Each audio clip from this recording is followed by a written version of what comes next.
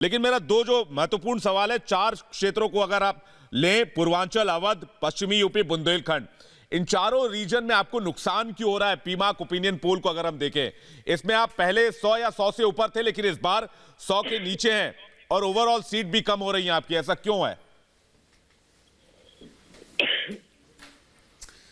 मैं इस बात से इत्तेफाक नहीं रखता। आप देखना, मेरे वर्ड्स मार्क करना, आज जो हम लोग चर्चा एक वोट की कर रहे हैं, बीएसपी के वोट की भी, मैं आपको बता सकता हूं, उनका लक्ष्य है चुपचाप कमल छाप। वो बताएंगे नहीं कहां वोट कर रहे हैं और आपको कतई नहीं बताएंगे। वो देख रहे हैं क्या हो रहा है, वो लिस्ट भी देख रहे हैं समाजवादी पार्टी की, वो देख भी रहे हैं कि किस प्रकार से ऑलरेडी एक प्रभाव, जिसका मैं कह रहा हूं गुंडों के निजाम का प्रभाव जो दिख रहा है समाजवादी पार्टी में, और वो जानते हैं कि इस बार बीएसपी तो लड़ाई में है ही नहीं।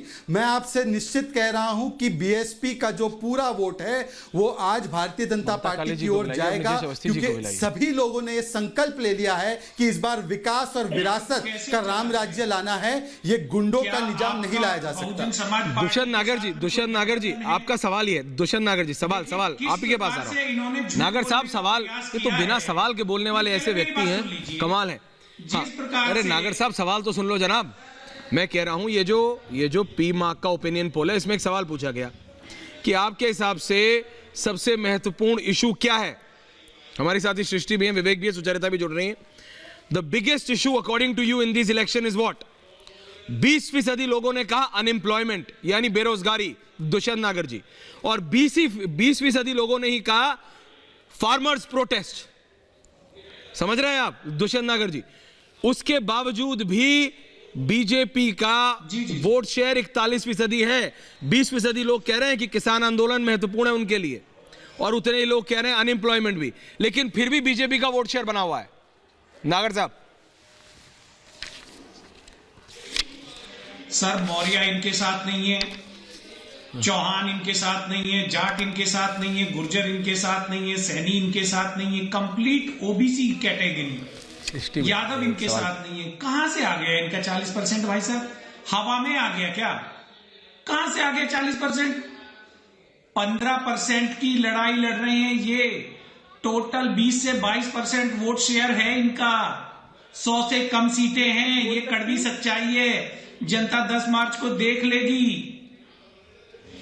किसी को नहीं बख्शा इन्होंने। ओबीसी कैटेगरी की आप बात लगातार कर रहे हैं, लेकिन पिछले चुनावी नतीजों में, दुष्यंत नागर जी एक बार सुन लीजिए सर, प्लीज एक बार सुन लीजिए कि पिछले चुनाव के नतीजों में आपने नहीं देखा, सर मैं सुन रही हूँ, सवाल सुन लीजिए कि आपने नतीजों में नहीं देखा कि जनता मुद्दों के आधार पर वोट करती है।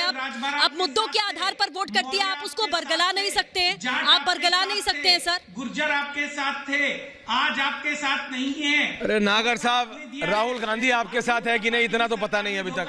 अपनी चेशी नहीं, दुष्यंत जी आ रहा हूं, ममता काले जी आ रहा हूं। आज एक दुष्यंत नागर जी ने सीरियस नोट किया रहा, राहुल गांधी आपके साथ है कि नहीं ये तो पता नहीं आपको। आगे बढ़िए। आज एक बयान आया है और उस पर आप चर्चा करवाइए।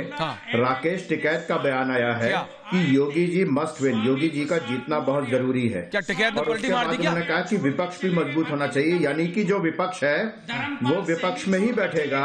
ये राकेश टिकैत ने कहा ही है। नहीं, टिकैत माहिर है पलटी मारने में। टिकैत साहब इधर से देखिए, अतुल श्रीवास्तव कह रहे थे, उनको मान लेना चाहिए कि राकेश टिकैत तक ने कहा है कि योगी जी का जीतना बहुत जरूरी है, उनको जीतना चाहिए और विपक्ष मजबूत होना चाहिए, यानी कि जो विपक्ष है वो विपक्ष में ही बैठेगा। ये कहा है उन्होंने।